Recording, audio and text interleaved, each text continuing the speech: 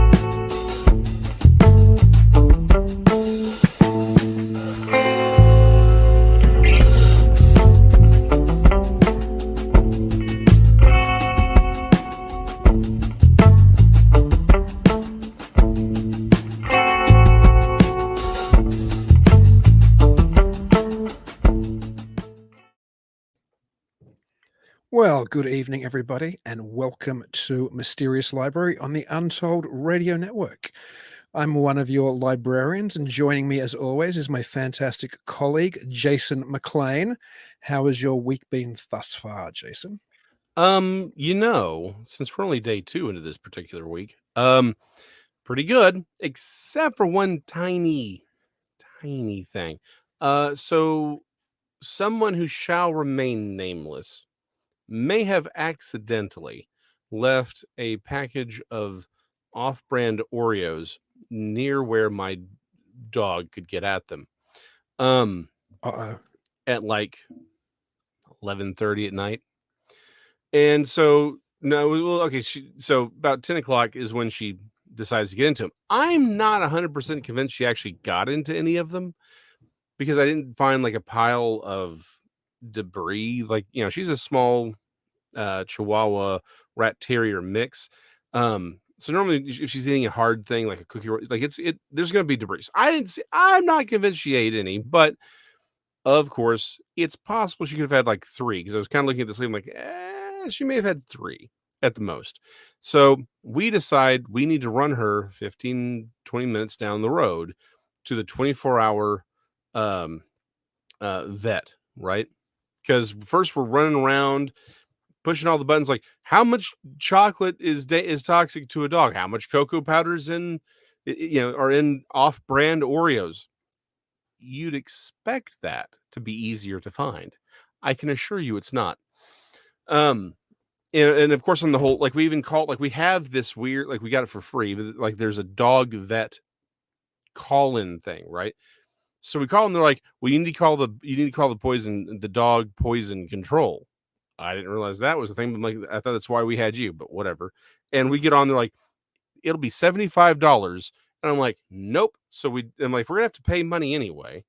Might as well go to the 24-hour vet. So we're driving to the 24-hour vet. We get there, and luckily, the receptionist is lovely enough to say, you're fine. Like, this dog's fine. You're not gonna have. Apparently, though, it is her eating like 3 Oreos would be like the equivalent of us eating an entire cake. Huh. So she's like, she may be vomiting later. It's like, but it's essentially eating like an entire cake for us. But apparently, yeah, the chocolate that they care about, the stuff that's toxic to dogs, is more like dark chocolate specifically, and like candied chocolate, right? Where there's a lot more actual chocolate in it, versus say a cookie or whatever. So there you go. I'm not saying feed yourself. Don't feed Oreos to your dog, right? But if they happen to get into one or two, it's not going to be the end of the world. But your carpet may not be the same after it. The joys of pets and small children. I have carpet in this house, which when I moved in was spotless. And I still want to replace it, but I'm thinking I'll wait till my daughter's a little bit older because there's still too many regular spills. Like I'll replace it and then when she's like 10, it'll be just destroyed again. And I'll be like, why didn't I just wait another few years? Yeah, no, don't. Yeah, for anyone who has young children and or dogs, wait until your children are at least teenagers. And if you have boys, wait until they're out of the house, then get new carpeting. There's just, because if you're like, oh, I'm gonna get new carpet and they're 6, you're just signing up to replace that carpet sooner. Like straight up. Just don't. Just wait until they're older. It'll, 13, 14, maybe 15, then get new carpeting. Yeah, that's wise advice, I think. I see everyone wants cake now. Well, I kind of did too. I am going to sit while we're talking about. I do. I'm serious. I wish I had some cake right here, right now. I could eat a whole cake. I'm pretty hungry. But since we were talking about my daughter, I have to show everybody a little picture she drew. She was drawing and coloring like she loves to do, as all kids that age I guess do. She's 6. And she wanted me to show them on the show. And I said, well, we're talking about Bigfoot tonight. So you have to do a Bigfoot for me. And she was drawing the normal, kids, like she was drawing kangaroos and fish and maybe an alligator. And then I'm like, I showed you some of the other ones before the show. And I'm like, no, you got to draw a Bigfoot. I like the alligator. Here's Chloe's Bigfoot. If I can get it in. There you go. Yes. That's very Bigfoot. Total Bigfoot. God bless her. Oh, I'm sorry, I did not make it clear. Yes, the dog is okay. She's fine. Like she acted like nothing had. So I don't. Again, if she even did eat, again, I'm iffy on whether she did or not.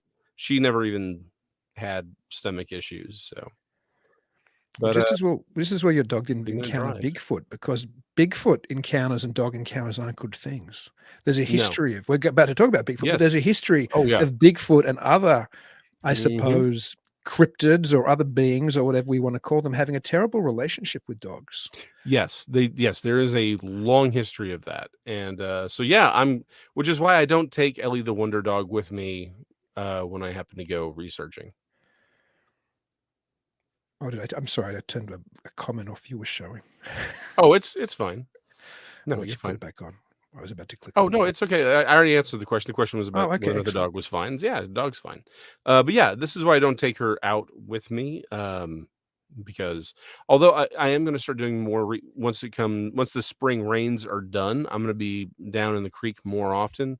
I may bring her with me just for the snakes, because even though there have been Bigfoot sightings in that creek, even during the day, I feel probably like the odds of running across a Bigfoot are slim. I wouldn't be so sure. Anyway. Remember, it's a quote Lyle mentions in this book from the Legend of Boggy Creek. They always travel the creeks.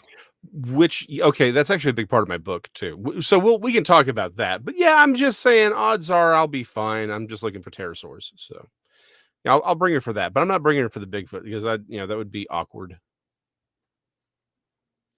Yeah. That's another. Yeah, there are stories about Bigfoot's actually bribing dogs, essentially.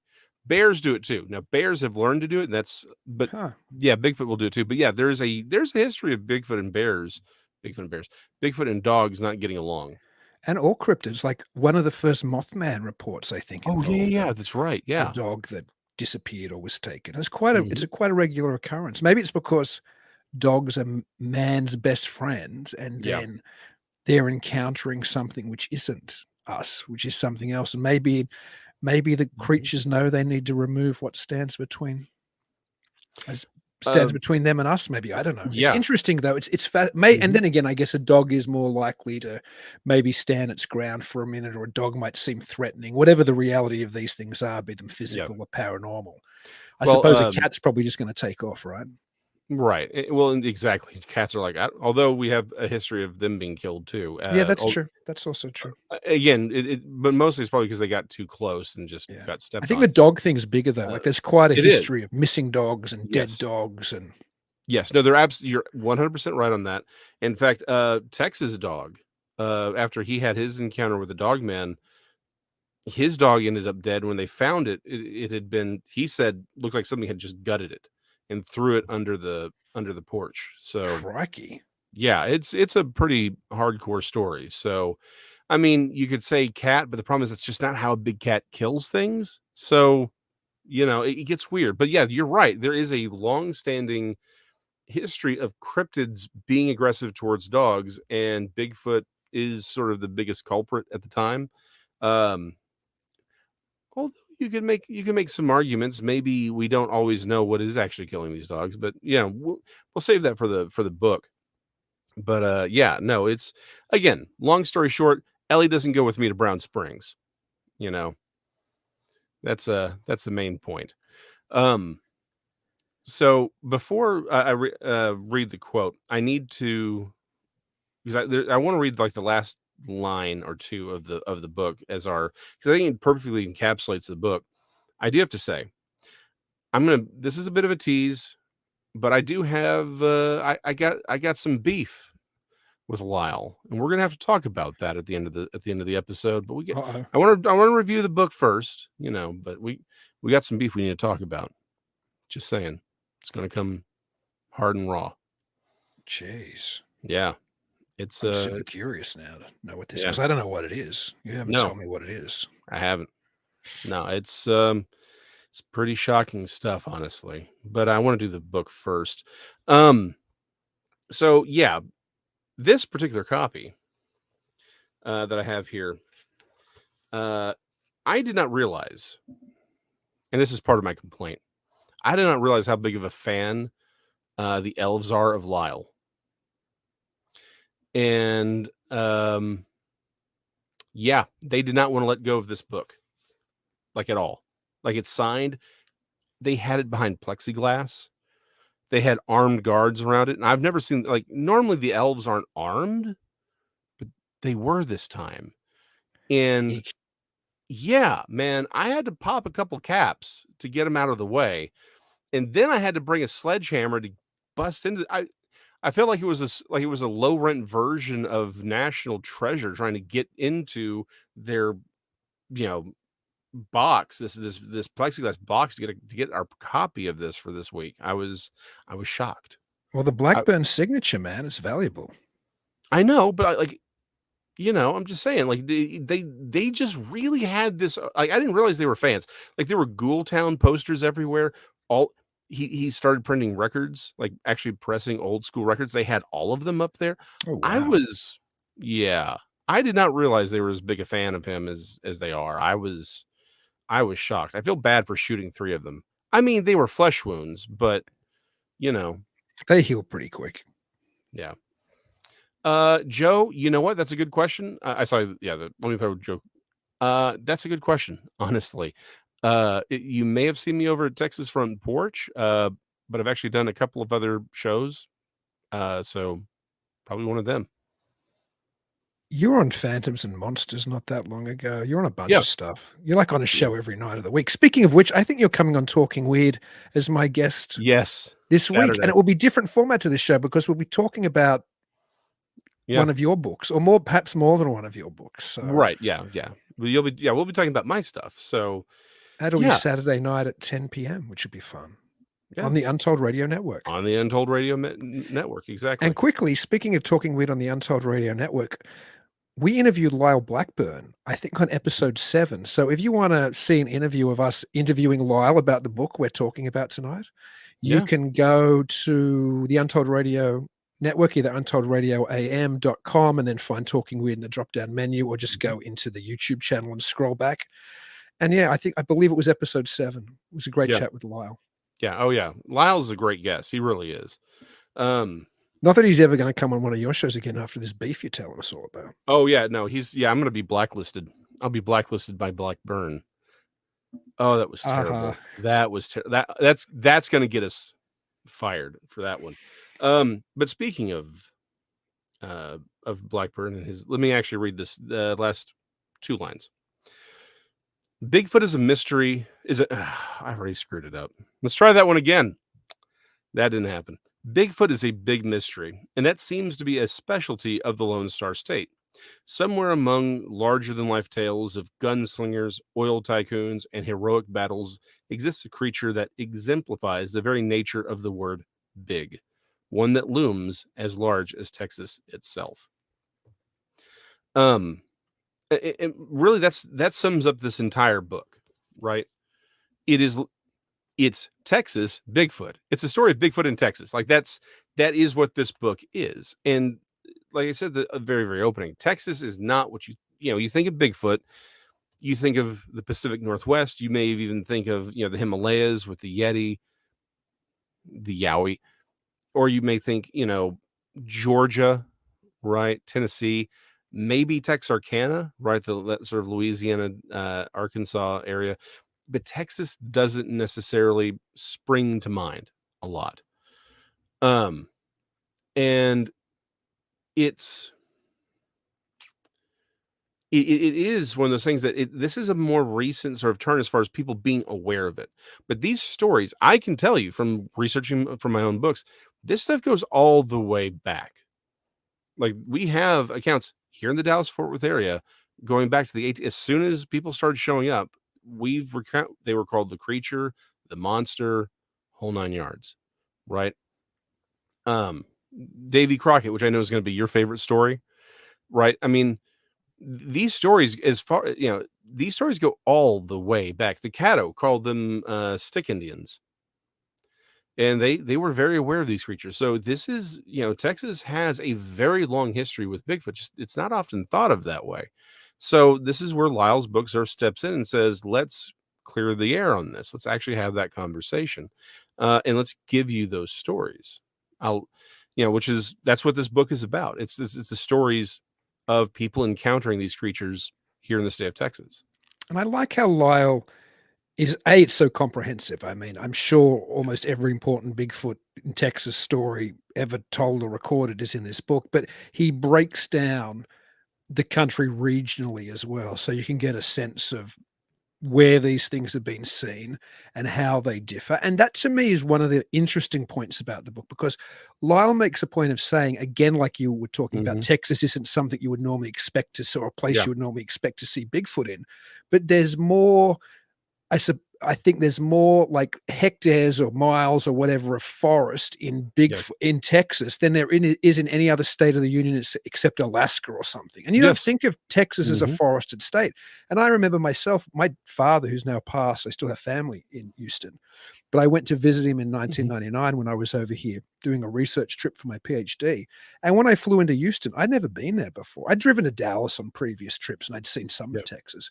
But when I flew into Houston, certainly back then, the forest has been more encroached on a little bit now, but it's still there. There was so much forest around Houston. It wasn't funny. I'm like, I was expecting the Alamo or something, I was expecting like San Antonio more, or Central Texas or Western Texas more or something. I got a real shock of how forested that area was. Oh, the Alamo doesn't look like you think the Alamo looks like. I mean, not even now because of all the San Antonio has blown up around it. But I mean, when you watch the movies about the Alamo, that is not where, like, that's always deep West Texas. That is not that's not San Antonio. That is not where that is. Funniest story. So I was watching, okay, so I hate to admit this. I love the first couple of seasons of Fox's 911, right? The resurgence they did of that. Well, they did a 911 Lone Star with, what's his name? I just forgot his name. The guy is shockingly beautiful. He was on The West Wing. I didn't star in either of those, Jason. I know you didn't. He's not as beautiful as you. Thank you. Right. Someone will get me in the chat. Anyway, there's a scene where he's supposed to be driving in from he's in New York. He's driving down to Austin to help rebuild this entire fire team because they all got wiped out in an explosion. And so he and his son are driving into Texas, and and he's in the car, and they drive into Texas. They pass the big "Welcome to Texas" sign, and it is literally a desert. And I'm like, no. There, California, sure, I'll buy that. But what he would have been driving through, coming from New York, is the piney woods. it would have been green with 75, 80-foot tall pine trees everywhere, right? Um, and this is one of those things people don't, when people think of Texas, what they think of are the Western movies, right? The cowboy movies. Well, the cowboys roamed the plains. Now, where I'm at, right, we're part of the plains, right? The American Great Plains. We're basically the southern tip of it. You start getting to the hill country, so that all the cattle was south of here, and they'd be driven up the Chisholm Trail to Fort Worth. But yeah, basically where I'm at here in the DFW, you have the Trinity River. There's a lot of forested area around the Trinity itself, but once you start heading east of that, it turns into the piney woods real quick. And logging is one of the major industries in the state of Texas. So to your point, most people just don't understand how big and diverse Texas is. We've got bayous, we've got forests, we've got deserts, we've got mountains, we've got plains, we've got rolling hills, we've got ocean front property. Although I do love how he talks about the Gulf as being sloshy, and only a Texan gets that. Like that, beaches aren't sloshy. That depends on where you go. Yeah, trust me, there are along that Gulf Coast, there are places that you would describe as sloshy. But again, you have to, again, the beauty of this book in a lot of ways is that he is a native like me, and he understands Texas. And that love of the area, the familiarity as well, bleeds through in his writing.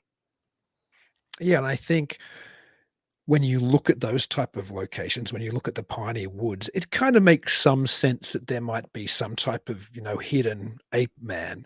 And even when you look at where he compares Mhm. how the rivers from, for example, where we know Yes. of the Boggy Creek monster in Fouke, where that's on Boggy Mhm. Creek, which attaches to the Sulphur River that I think then Yes. runs into the Red River, and there's kind of this corridor Yeah. that you could imagine these things traveling. Mhm. I suppose I can although anybody who regularly listens to this or Talking Weird knows I don't really take a flesh and blood approach to most of this type of stuff. Mhm. But you can kind of put your skeptic's hat on the shelf a little bit and go, well, maybe these areas make some Mhm. sense. But there are other things which, when I had Lyle on, I brought up as well. And he was like, yeah, there are areas in Texas that it's difficult to imagine. Mhm. You know what I mean? Like areas which are in the Panhandle, or Oh, I would yeah. suggest another one in there. Now I know it's, as you said, San Antonio is different to perhaps what most people would expect it to be, in that area of Texas is, Yeah. but it's still hard to imagine Bigfoot in suburbs there or in homeless encampments there. Do you know what I mean? Like Mhm. it's, so there are Yeah. some reports in there which stretch the credulity of it being an actual Mhm.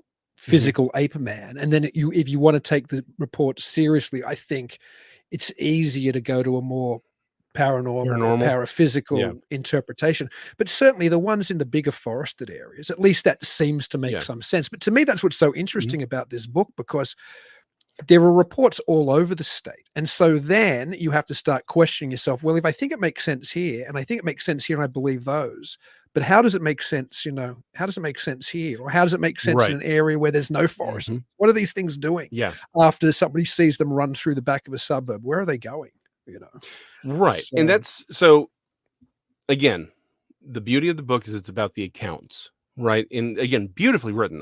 One of the highlights of and this is not dodging the question. I actually have an answer for the question, but I kind of want to address this first. The beauty of reading Lyle Blackburn is he actually knows how to write. There's a lot of people who, again, well-meaning, that are, and good researchers that don't write as well as he does, right?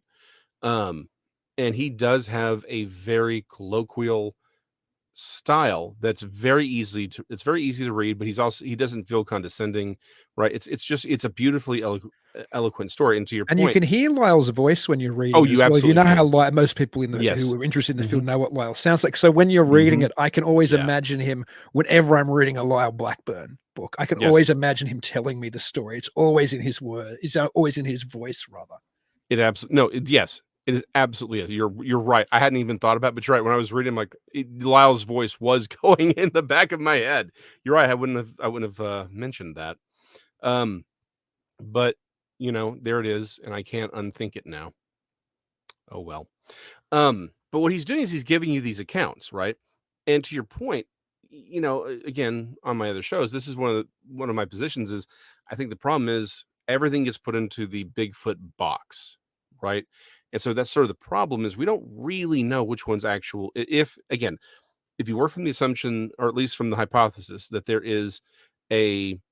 there is a physical Bigfoot and that there is a paranormal a paranormal phenomena that's getting labeled Bigfoot, then the problem is it's hard to know which one's which, right? And I think a great example is one of the first stories in the book is Davy Crockett's encounter, right? Which Lyle goes because this is one of the more controversial accounts of all of the Texas because it's Davy freaking Crockett, right? And it's you know he Lyle drives home the fact that he says this thing was a spirit, right? But it's described like an ape man in a lot of ways, right? A lot of people say this is a Bigfoot encounter. In fact, in my own book, when I recount it, it's like you could argue his dissolving into the mist is, language is just flowery, right? Is a flowery embellishment, or you could take it seriously and say that's exactly what he saw. It's and like I said, I know that's probably your favorite part of the book because here it is. Here's this Bigfoot theoretically, but it's also very clearly a spiritual being versus just some ape wandering around the piney woods. And I love Davy Crockett as well, so you're right, it is a story that I very Hmm. much appreciate, and if you take it literally, if Davy wasn't just spinning a tale, as a lot of people Hmm. back then probably did, as they do today, to make a point or other, is that yeah, it can't be what he saw wasn't a Hmm. physical ape man, if that's a Yeah. genuine if he actually was serious in what he was saying. But Yeah. again, a lot of the other things in the book too, it's the Lake Worth monster, right? That's something you're Yeah. very familiar with. Oh, Here's very. this thing Yeah. which is described various ways. So sometimes it sounds like a Bigfoot, sometimes it's got scales and Yeah. fur, and it's all these kind of different weird things, but it still has gravitated towards that kind of, Hmm. Bigfoot box. So that's another thing that I love how Lyle, almost as a journalist, which is in many ways how he writes. He writes Yes. the report as it's told, and it's very accessible. And when you read the reports as they are, he doesn't change them to fit an interpretation. You Mm-mm. can start to look at all of these things and go, how is there one in a homeless encampment in San Antonio? How is there one through the back of this suburb? Davy Hmm. Crockett said it disappeared. This thing over here, people were saying had scales. So you start to, even though there's no Keelian push of an interpretation there in Lyle's work at all, you start Yeah. to, when you have this type of perspective of these things maybe being not Hmm. what we think they are, not hairy hominids or Right. undiscovered North American apes, right? You Hmm. start to see all these reports in a book like this, which is Yeah. comprehensive in its reporting. You start to see things that make you think, I don't think all of this fits what your average BFRO type of position would want me to believe that it does. Yeah, and that's fair. And again, that's one of the beauties of like Ken, who they cosplay as each other. Um, Only people who've actually met Ken and Lyle will get that joke. Um, Or anyone like who's watched any shows with yeah, them both. yeah, exactly. So, it's like the thing again about both Ken and Lyle, but is that they're not going to change the data, right? They're not necessarily going to pick and choose to push an agenda. Their agenda is just to tell you what it is. It's one of the reasons I like their work so much. Lyle's very much the same way. He's like, hey, this is what it is. This is what the person saw. Or let me phrase this. This is what the person said he saw. This is their encounter. I'm going to tell it to you. That's up to you. Like he even says, right, and he references Craig Woolheater. It's like at a certain point, you have to say, look, if even one of these stories is true, something's going on that at least warrants investigation. He's not saying what Bigfoot is. We can't know. We can't know from these stories what Bigfoot is. But if even one of these stories is true, then something is going on that needs to be investigated. And that's sort of the broader point here. He's like, you can dismiss some of these people, but you can't dismiss all of them because it doesn't work. So many of these accounts are people seeing them like just this is a thing that I am looking at. to your point, it's hard to imagine them being near suburbs, homeless encampment, things like that.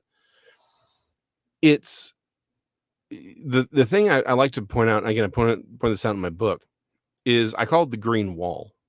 And I think this is one of those things people just don't stop to consider, particularly here in Texas. I've seen other states as we that I've driven down, but what we do is we, in Texas, the waterways we have, particularly in North Texas around the Trinity River, there's a lot of creeks that, we get a lot of rain very early on. Like East Texas gets rain all the time. That's why we have all the trees, right? Again, where we are, you get into the prairie and then you go far enough west, it looks like Looney Tunes, right? Like you expect Wile E. Coyote to be dropping an anvil somewhere.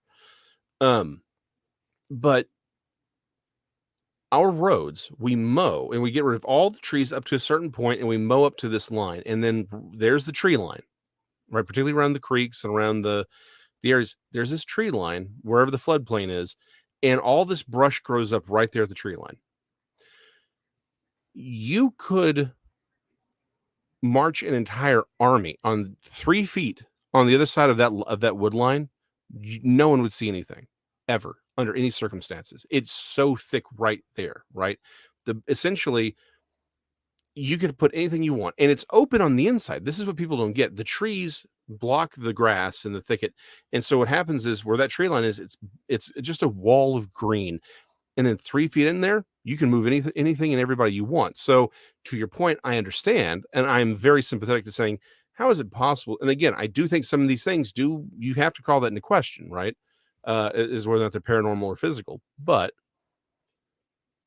when you actually kind of look at the lay of the land, how, where Texas cities are, there's a heavy reliance on creeks, because that's where the water came from, right? That's where you had to get access to water.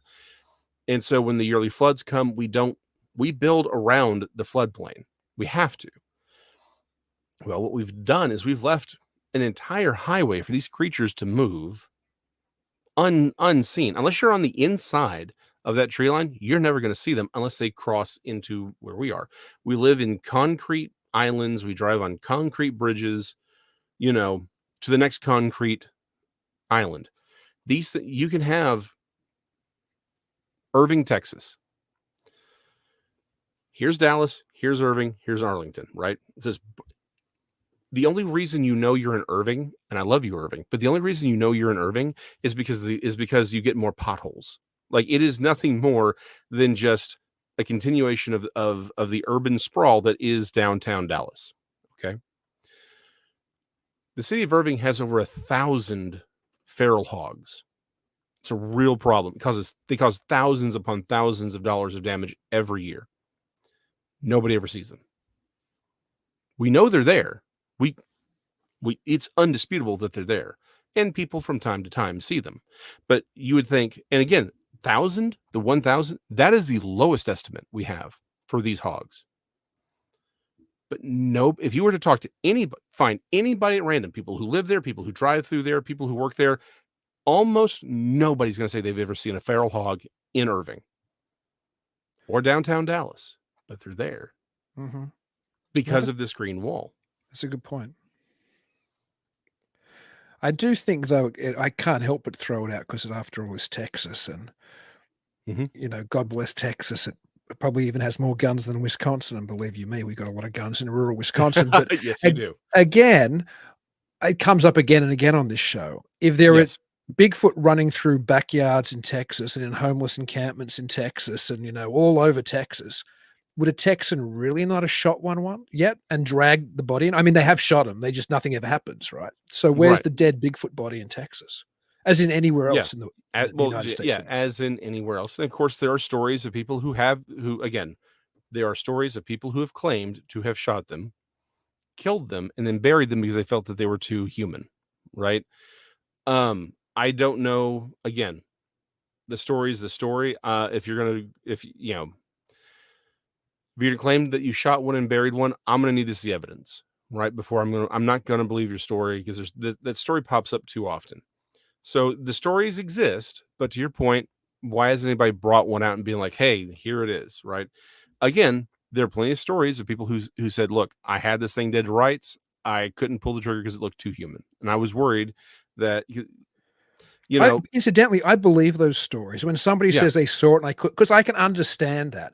What mhm, I don't understand is when people say they shot it, nothing happened, or they right, shot it and they just swatted it like flies were bothering, or when somebody says, I shot it, but then I buried it. So I believe some of the stories I believe are I couldn't pull the trigger on it. I get that. yeah, oh yeah, I shot at it and I nothing happened. I also believe that because I don't I think believe it's a those as well. Yeah, physical ape man. I have problems as you do with people who say we shot it and then we had second thoughts and we buried the thing because if this many people, well, it's not that there's thousands of stories like this, but there are a few. yeah, right, Somebody also would have shot it who understood. Okay, I'm going to Fox News with the body of this thing and dropping it on the front steps. yeah. This is my ticket to fame and fortune. Oh, exactly. No, precisely. I completely agree with you on that. I really don't put a lot of credence into the whole I shot it and it's dead. There's one story I do give. It actually happened technically in Texas. It's on the Red River. Actually, again, back to my point, back to your point about how where the Falk monster is right there on the Sulphur River, which connects to the Red River. We research our primary research area is right there off the Red River. Like it's not that far, all things considered. Oh, It's a great research. It really is. Um, so again, it's like this is exactly where you kind of expect to find something like this. Yeah, I mean, there's one story I where essentially it shot, but then the others came and collected it. But to your point, I do think I believe the stories of I shot it, but nothing happened. I do tend to believe those stories as well, mhm. which goes back to that's sort of the question. 'Cause it's a It mad story to tell. Why would you it say is if the right. culture, particularly back in the '70s and '80s and '90s before this Yeah, paraphysical idea became popular, why right. would you tell a story to somebody, "I shot this thing repeatedly, and it either just, was swatting flies or nothing happened," you know? It's Yeah, just it makes your story all the more ridiculous. Or as some of these stories are, like in Stan Gordon's works, I think in some of Bart and Nunley's work as well, the things just disappear. Who would say, I shot a Bigfoot and it disappeared in a puff of smoke. If you wanted to be taken seriously in a correct. world that, for the most Hmm. part, if somebody believes in Bigfoot, they're going to Yeah, accept the physical ape or relict hominid version of the story. right. No, exactly. That's what I'm saying. I do agree that those are probably very, very credible. I'm right there with you. Um, and here's the thing, right? This is one of those things so Jeff Stewart, a friend of mine, also mentioned in the book, right, with the Sabine thing. He's had a number of encounters. That's one of the things he talks about is, um, you go out to the more rural parts of Texas, right? And you hang around long enough to talk to people. It isn't particularly the avid hunters, like the people who are there on hunting. As soon as hunting season starts, they're out there at the stands, right? A lot of towns have this story of this massive buck that people have shot. Everyone has shot at this buck, and no one's ever hit it. It has this unfathomably large rack, and it just moves. It's sometimes they're white, but oftentimes there's this unkillable massive buck. Well, the thing is, you listen to the stories and you realize people are talking about this thing for 30 or 40 years. And the one thing he points out is deer don't live that long under any circumstances. So, how is it everyone is seeing this buck shooting at it and missing it, and then but everyone swears they've seen it. Either all of them are lying, or whatever it ain't a buck. At least not a living buck. So I think it falls under that category. If there is there's a paranormal aspect, going back to David Crockett, going back to your point, there's a paranormal aspect to the Bigfoot phenomena. There just is, right? The question though is this paranormal phenomena the same thing that's being seen in these areas very consistently? We see big ones, small ones, male ones, female ones, and they're consistently described. They're in consistent locations that you would expect a large predator to be able to survive, particularly when it's highly mobile. Because even your point about the Lake Worth monster, you're right. People describe it as so that initial encounter, right, in the 60s. which again, I actually am able to trace a few other events that happened later that year in my book. And I actually talked about this in the book as well. It to the untrained eye, if you were to look at, in fact, it was Jeff Stewart I talked to, because he works with a lot of animal rescues. I said, look, you've seen mange in worse situations than I have. Would someone who didn't know what they were looking at look at a dog that has extreme mange, right, and suggest it had either been a burn victim or that it had scales? He goes, yes, all the time. People say, I saw a scaly dog, right, or a dog that's been burned. It's just it's got a bad case of mange. Again, that's an oddly consistent detail with an animal that lives in the wild, right? That if these were physical creatures, then one would get mange you would expect one to actually have mange. Given the right situation, someone would look at that, particularly if you're looking at something you don't know and you see this thing's got mange on its body. It'd be like, it looked like a burn victim, which is what the eyewitnesses the second day claimed, or you could describe it as fish scales, which is what the person, the people who saw it the first night described. So there is that aspect of it. But like I said, I'm the first one to say there is a fey aspect to this phenomenon. There just absolutely is. You can't argue it. The problem is, this is the question. Is it the same thing as being seen as these other encounters? Or are they two different phenomena? And if they are two different phenomena, does this fey-like phenomena want us to think it's the Bigfoot phenomena? That's really where that question goes, which goes back to, we don't know what they are, right? And again, the beauty of his book is Lyle's not trying to tell you what they are. He's not trying to apostolize a particular position. He's just saying, hey, these are these stories, like you said. You could walk away with a very Keelian aspect or a very Keelian conclusion about a lot of these encounters. And I think that's one of the beauties of the book. Yeah, no, I understand the point, or your point, that there could be something which is natural perhaps, and then something that is supernatural. I just don't subscribe to a less elegant theory than it's all paranormal. And I could be wrong. I mean, all of this Yeah. stuff, nobody knows. Anybody who pretends they're an Right. expert in this stuff, there's no way anybody's an Yeah. expert. So I could totally be wrong, and you could absolutely be right. Where Which I else am. I think where else I think I lean to that is the myriad of other cryptids. So we Yeah. don't even need a Bigfoot body. We need a Mothman body, or we need a Wolfman, Dogman body, or we need a lake monster body, or we need, just the list goes on and on and on. And we consistently don't have anything. That said, there still might be a wild man or a relic hominid population out there. I don't know. I'm very suspicious of there being so. What I will say though is I really did enjoy Lyle's book. I think anybody who Yes. has a genuine or even a lukewarm Mhm. interest in Bigfoot should read it to see the diversity of Mhm. locations where these things are seen in one state, in one of the biggest states of the union. I'll be honest though, as much as I enjoyed this book, I'm a sucker for books with one narrative strain. That's why I love Mothman Prophecies, because it's Yeah. all about the Yeah. Yeah. Mothman, right? It's why I'm trying to think Mhm. about it's why I like Linda Yes. Godfrey's Beast of Bray Road book, and I'm still very distressed at Yes. Linda's passing, because it's about the Beast of Bray Road. It's why my favorite Lyle books are Momo and his Boggy Creek books, because it's a Right. narrative about one story, and I Oh like it yeah. kind I of I get that. love to fall into that narrative and be Yeah. taken with it for a whole book. But I can't think of anybody having been able to write, that I know in the field, who could have written a better Bigfoot Texas book, other than you, of course, Jason, Well, because of you have course. a book which talks about your area, which is Dallas Fort Metroplex Worth. Monsters. Yeah. Yeah, Metroplex Plus. Yeah, again, and here's the thing: a lot of in fact, the area that I talk about the most. Again, we cover a lot of the same stuff with like the Wild Woman of Navidad and the Davy Crockett. But yeah, he has the again Lake Worth monster, but he calls it he calls it the Trinity Terrors. Don't think I didn't catch that, Lyle. The Trinity Terrors. I'm watching you. I'm That's watching you on is that this one. the beef? Is this the beef you're gonna This is have not the on? beef. This is not the. It should be.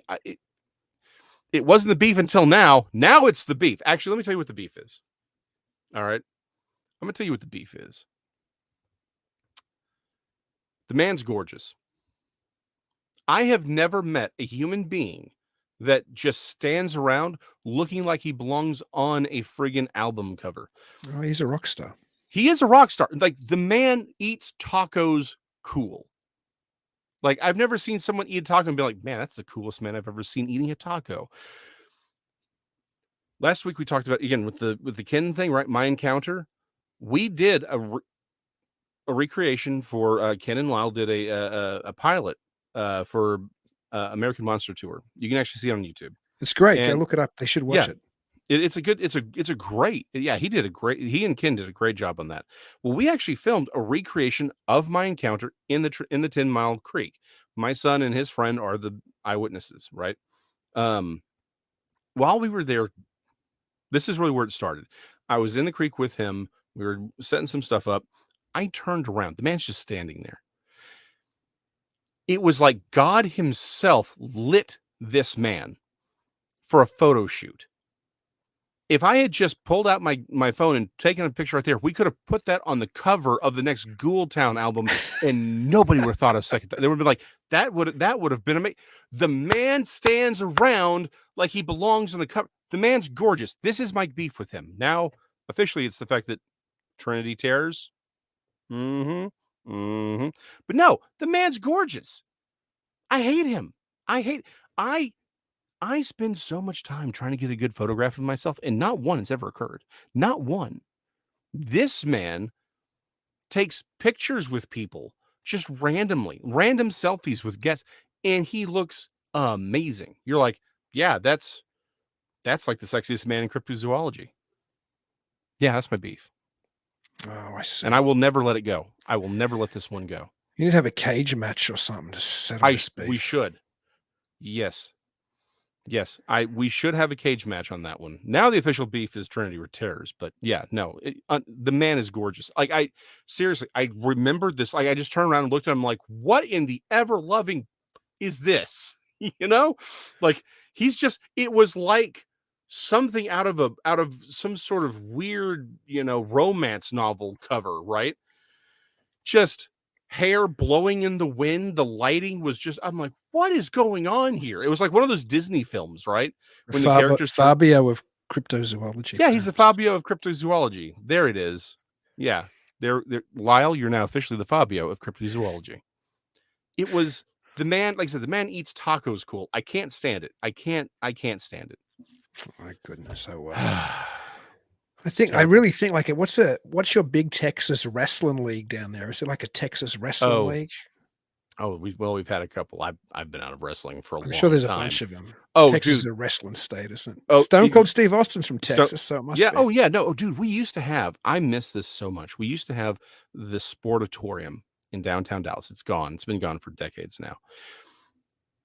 The floor was made out of dirt.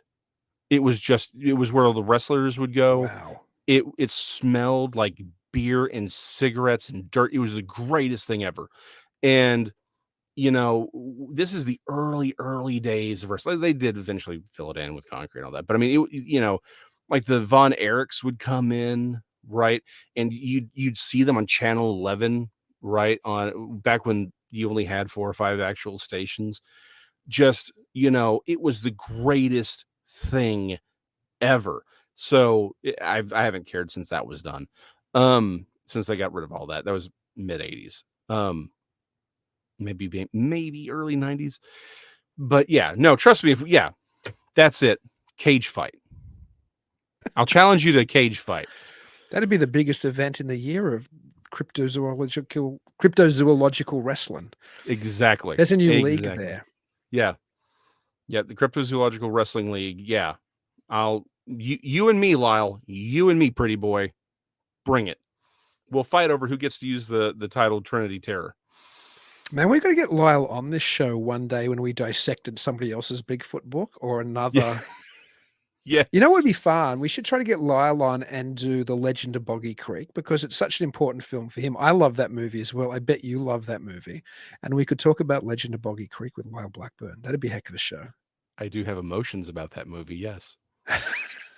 I love that movie. I really do. It's a movie I still return to all the time. Like, there aren't a lot of movies I can watch again and again and again every couple of years. That's a movie I can just, always return to. So I very much appreciate it for what it is. Yeah.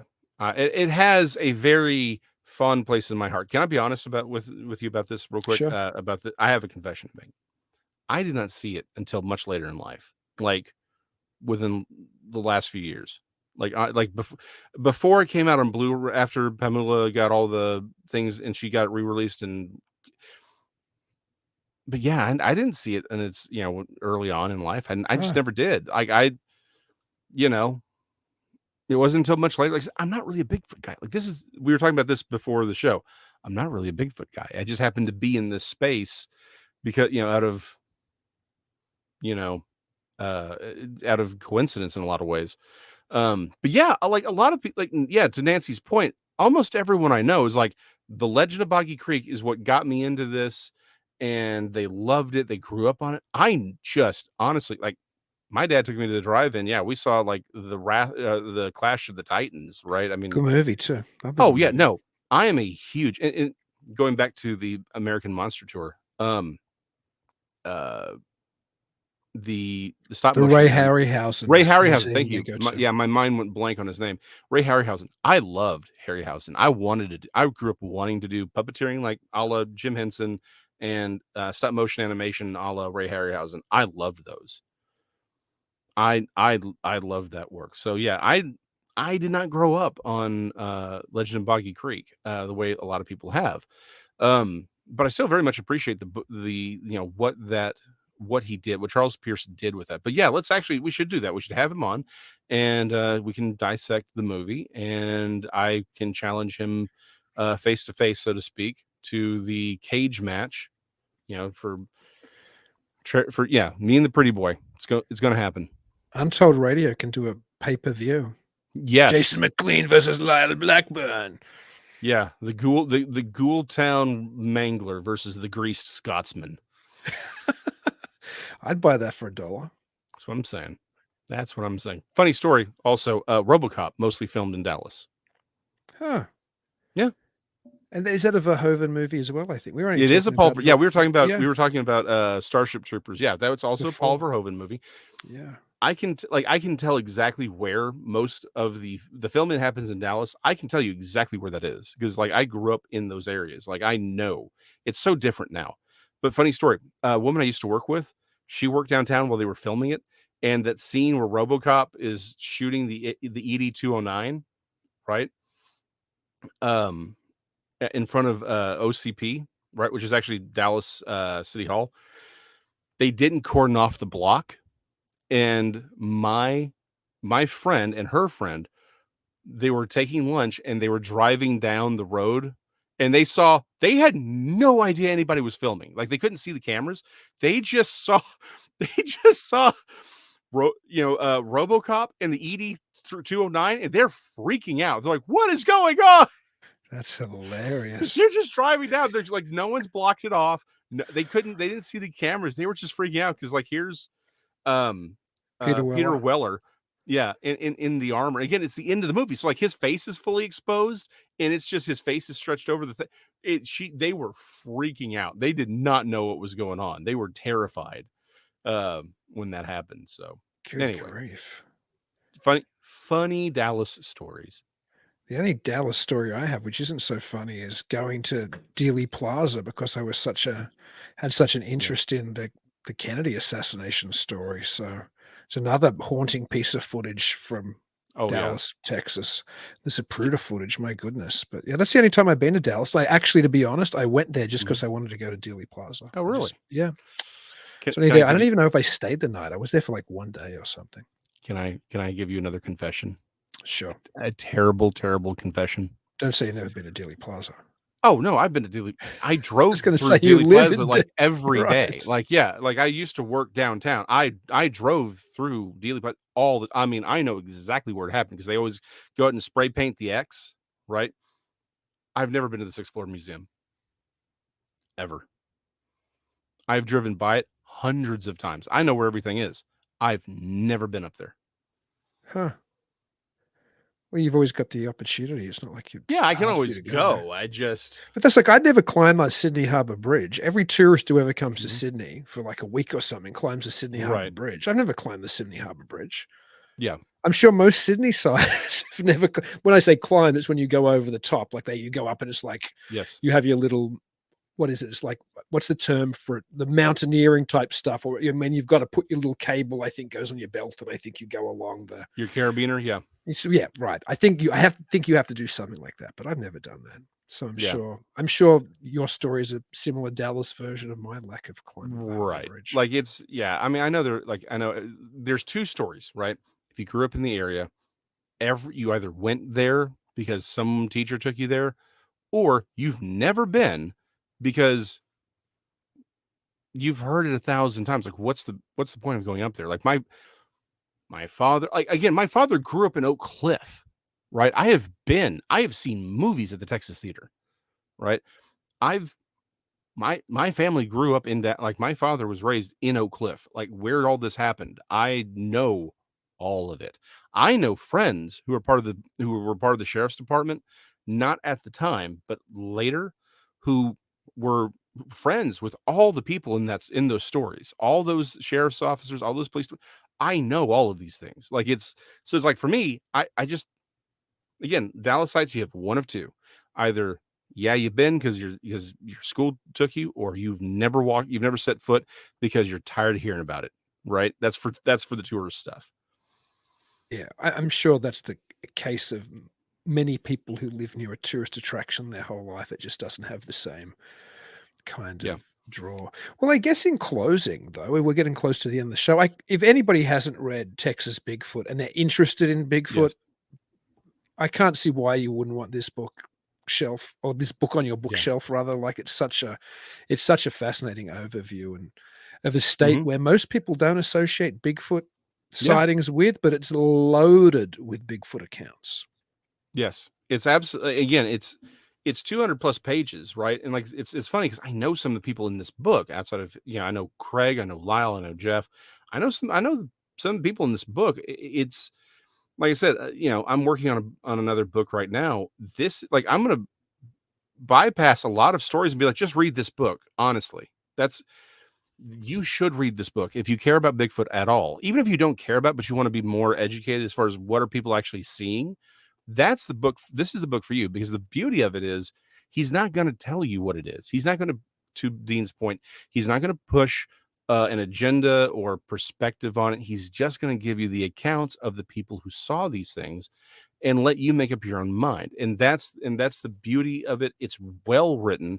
I would, even if someone has no interest, they just want to look for an interesting book to read, I would recommend this book because he writes so well. It's not just that the man is breathtakingly gorgeous and I hate him for it, is that he's also an excellent writer. But can he beat you in a cage match? That's the question the audience want to know now. That's the question everyone wants to know, Lyle. Everyone. Yeah, we'll get Doug to set it up. Pay-per-view. And yes, Vincent, who's been watching us tonight, thank you for joining us. Vincent says, if you Yes. love Bigfoot as much as Bigfoot loves you, get the book. Exactly. Perhaps and Bigfoot does love you. He really does. He Well, believes in you even when you don't believe in him.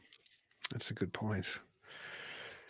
Good point. And I guess that's a nice place to close the show out on. But as I was saying before, please tune in to Talking Weird Yes. this Saturday night at 10 p.m. Central, because the one and only Jason McLean is my guest, and we'll be talking about some of his wonderful work. So that will be slightly different than us either praising or beating up on an author. I'll be either praising or beating up on Jason. I guess we'll have to see. And that's fair. We're actually going to be reviewing a lot of my eschatology work. So it's going to be a knockdown drag out, because I'm going to admit, the writing style is not my best work. So yeah, it's going to get ugly, folks. You want to be there, because we're going to go a few rounds, and Lyle is going to be able to see what kind of a fight he's going to be in for when we finally do this cage match. You know what? Lyle might run in backstage, like, you know how like in a setup for a WrestleMania main event. Mm-hmm. It might be like Stone Cold Steve Austin coming in and dropping the stunner on The Rock or something when he's fighting Undertaker the week before, or whatever. Yeah. You can see the generation of wrestling that I was most enamored with, with all of those people in a ring together. Happy days. Yeah. Happier days when it was Well, okay, I'll stop there. Anyway, on that note, guys, we appreciate y'all. If you haven't already, like, follow, and subscribe. And I would never hurt his face, Nancy. I would never hurt Lyle's face. The rest of him is entirely open for damage. But yeah, if you like, again, like, follow, subscribe, and share this show out. Inflict us upon the world. Misery loves comedy. That too. It loves comedy. Yeah. You know, we never figured.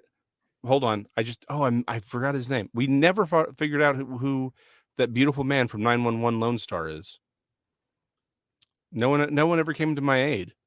No, nobody helped you there. Nobody helped me there. Like, Just normally like nobody's going to help you when Lyle runs in back from the backstage and drops that stunner on you or whatever. What would the Lyle move be? If Lyle had a wrestling move, what would the name of it be? What would it be? Maybe we can talk about that on Saturday. Maybe tune in on Saturday. Yeah, and we'll have developed a wrestling move for Lyle.